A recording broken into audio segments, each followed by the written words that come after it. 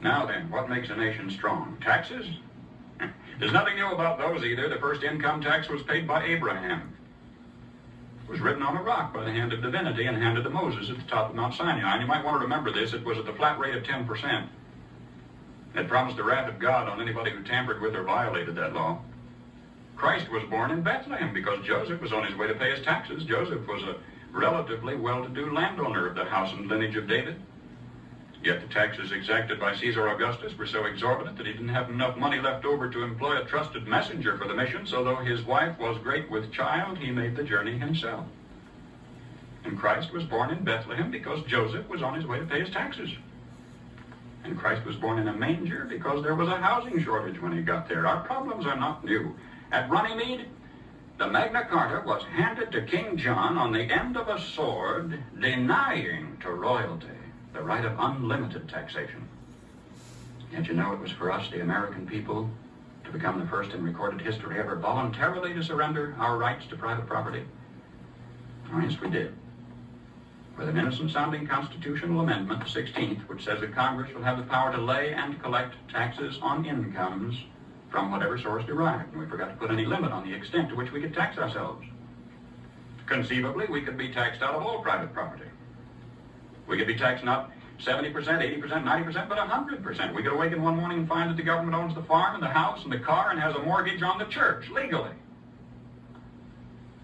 Historically, whenever any nation has taxed its people more than 25% of their national income, initiative was destroyed and that nation was headed for economic eclipse.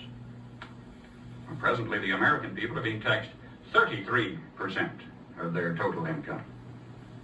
History says we'll roll forward on momentum for a little while, but we'd better get some more gas in the tank pretty quick. You see, ours is not the first by George good government to arise on the world stage. There have been several. Rome, Spain, and Greece, and China, and each enjoyed about 150 years at its zenith. That's just about our time in the New World. And then each decayed away. Not one of them was ever destroyed by anybody else's marching legions. Each rotted away, morally, socially, culturally, economically, simultaneously. You know, one of the most cruel paradoxes of history is this. Because each was a good government, it bore bountiful fruit. And when it bore bountiful fruit, the people got fat. And when they got fat, they got lazy. When they got lazy, they began to want to absolve themselves of personal responsibility and turn over to government to do for them things which traditionally they had been doing for themselves. At first, there appears to be nothing wrong asking government to perform some extra service for you, but if you ask government for extra services, government, in order to perform its increasing function, has to get bigger, right? And as government gets bigger, in order to support its increasing size, it has to what? Tax the individual more, so the individual gets littler. And to collect the increased taxes requires more tax collectors, so the government gets bigger, and in order to pay the additional tax collectors, it has to tax the individual more, so the government gets bigger and the individual gets littler. And the government gets bigger, and the individual gets littler, until the government is all-powerful.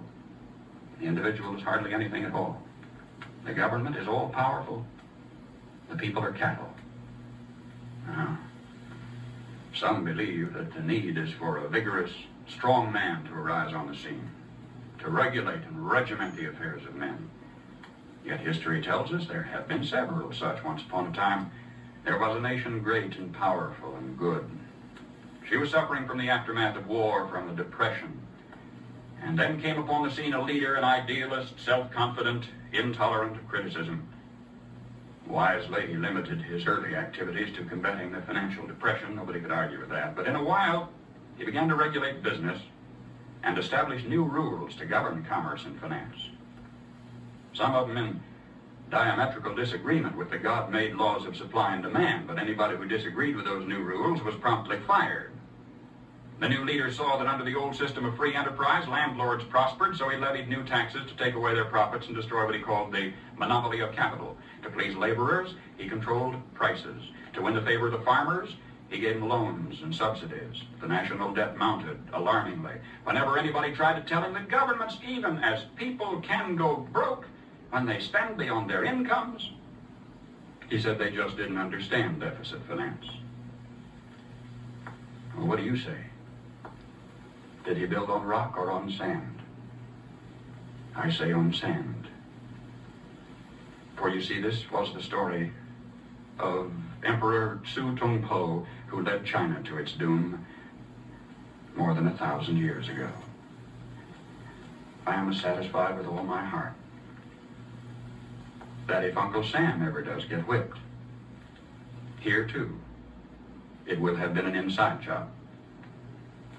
It was internal decay, it was not external attack that destroyed the Roman Empire. Starting about 146 BC, internal conditions in Rome were characterized by a welter of class wars and conflicts, street brawls, corrupt governors, lack of personal integrity and moral responsibility. About 290 years after Christ, a Roman emperor named Diocletian took over. He really grabbed the bull by the horns. He took over in a period of turmoil and severe depression. The first thing Diocletian did was call in the gold and close the banks and raise the taxes. He reduced the power of the Senate, delegated its power to a lot of little government bureaus. Do you know they even had a Transportation Act back there prescribing the fee required to rent one laden ass per mile? And at today's rate of exchange, it would have amounted to about 1/8 cent per mile, which meant that in order to make a profit, a jackass would have to carry 5 passengers. That was simply beyond the capacity of the jackass. Diocletian put millions of people on the public payroll, but when this failed to do the job, the country was still in trouble. He asked more personal powers for himself. For a brief while, incidentally, they were standby powers, but then he used them all at once. He froze wages, he froze prices, he froze jobs, he stopped profits, he dictated to the farmer what he should plant, when and how he should sell it, and for how much, and he rationed food. And what happened? The labor market closed down, incentive was gone, farm life became dependent on bureaucratic red tape, exorbitant taxes cost the farmer his land. He kept for himself only a small plot on which he might grow turnips for his family. He lost the rest of it to the state, and without food and with incentive gone, city life stagnated and declined. And Rome passed into what history has recorded as the Dark Ages, lasting 1,000 years. Just by turning to the left, the world has gone in circles. A nation would evolve from a monarchy into an oligarchy, from oligarchy to dictatorship, from dictatorship to bureaucracy, from bureaucracy to pure democracy, where finally the people would cry out from the chaos and confusion of the streets, "Oh, please, God, give us a king," and God would give them a king. And they'd have a monarchy again and start the whole silly cycle anew. Now, either we will profit from the errors of their ways, or it follows us the night, the day. Our children are going to have to relive the Dark Ages all over again. How come, after thousands of years of experiment, our new nation has come so far so fast? All this in less than 200 years. What is the secret of our success? Well, I think it had to do with a basic American's creed. Perhaps it never passed the pioneer's lips in this form, but if it had, I think he would have said something like this: I believe in my God, in my country, and in myself. I know that sounds like a trite, too simple thing to say, and yet it's a rare man today who will dare to stand up and say, I believe in my God, and my country, and in myself, and in that order. When the early American pioneer first turned his eyes toward the west, there were only Indian trails, or traces as they were called, for him to follow through the wilderness. Do you know today you can roller skate from Miami to Seattle? From San Diego to Plymouth Rock? In this little bitty instant, as historical time is measured, our 7% of the Earth's population has come to possess more than half of all the world's good things. How come? Well, sir, when that early pioneer turned his eyes toward the west, he didn't demand that somebody else look after him. He didn't demand a free education. He didn't demand a guaranteed rocking chair at eventide. He didn't demand that somebody else take care of him if he got ill or got old. There was an old-fashioned philosophy in those days that a man was supposed to provide for his own and for his own future. He didn't demand a maximum amount of money for a minimum amount of work. Nor did he expect pay for no work at all. Come to think of it, he didn't demand anything. That hard-handed pioneer just looked out there at the rolling plains, stretching away to the tall green mountains, and then lifted his eyes to the blue skies and said, thank you, God. Now I can take it from here. Now, that spirit isn't dead in our country. It's dormant. It's been discredited in some circles, driven underground, but it isn't dead. It's just that a few seasons ago, politicians baiting their hooks with free barbecue and trading a Ponzi promise for votes began telling us we don't want opportunity anymore, we want security. We don't want opportunity, they said, we want security. And they said it so often we came to believe them. We wanted security. And they gave us chains, and we were secure.